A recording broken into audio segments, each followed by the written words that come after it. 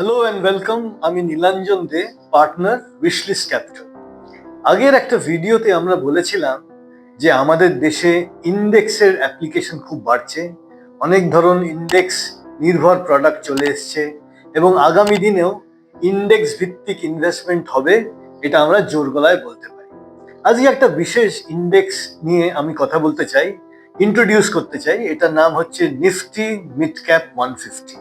নাম শুনেই বুঝতে পারছেন এর মূল প্রতিপাদ্য হচ্ছে মিড ক্যাপ। আপনারা জানেন যে large cap, mid cap, small cap, এই তিনটে সরল সোজাভাবে আমরা মার্কেট ক্যাপকে আলাদা আলাদা করতে পারি। প্রথম 100টা company by way of market capitalisation হচ্ছে লার্জ ক্যাপ, তারপরের একটা অংশ মিড ক্যাপ, তারও পরে একটা লম্বা অংশ উইথ এ টেল হচ্ছে স্মল ক্যাপ।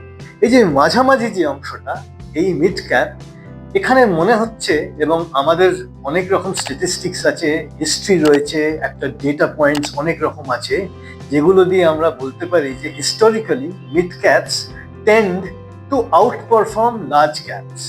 তবে এটা একটা জেনারেল রুল অফ থাম, এটা একটা সাধারণভাবে একটা এই আইডিয়াটা নিয়ে আমরা ইনভেস্টমেন্ট করে থাকি। এই যে মিড ক্যাপ নিয়ে আমরা কথা বলছি, এই ইন্ডেক্সে অনেক ধরনের ইন্ডাস্ট্রি কভার হয়ে যাচ্ছে। 20খানা ব্রড সেক্টর এই ইন্ডেক্সের মধ্যে আছে, প্রায় 60-70টা ইন্ডাস্ট্রিজ কভার হয়ে যাচ্ছে এই সেক্টরগুলোর মধ্যে। এবং সব মিলিয়ে কেউ যদি কেবল এই ইন্ডেক্সের ওপর নজর দেন, দেখবেন যে ইন্ডেক্সটি যথেষ্ট ডাইভার্সিফাইড। এখন আমরা জানি ডাইভার্সিফিকেশনের মতো বড় বন্ধু সাধারণ ইনভেস্টরের আর নেই। আমরা সমস্ত কিছু একটা দুটো সেক্টরে, একটা দুটো সিকিউরিটিজে বা অ্যাসেট ক্লাসের মধ্যে আটকে রাখবো না নিজেদের, আমরা একটু ছড়িয়ে দেবো।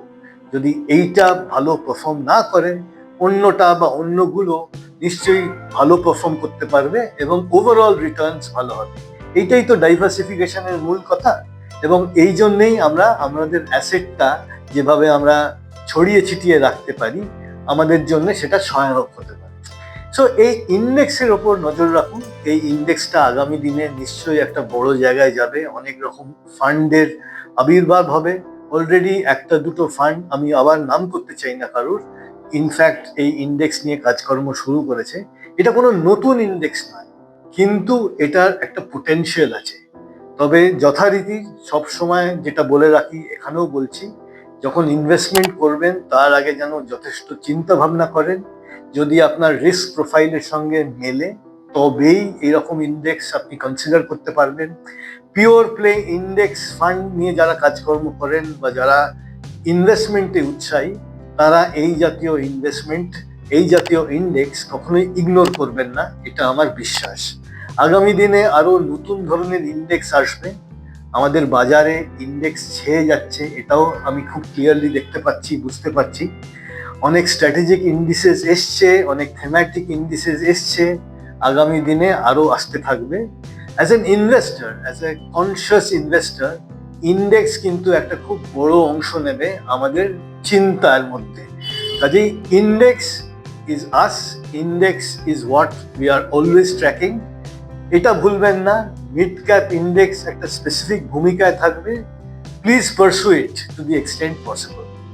আশা করি একটা নতুন থিম ইন্ট্রোডিউস করতে পারলাম, mid cap index. Please work on it, দেখুন কি মনে হয়।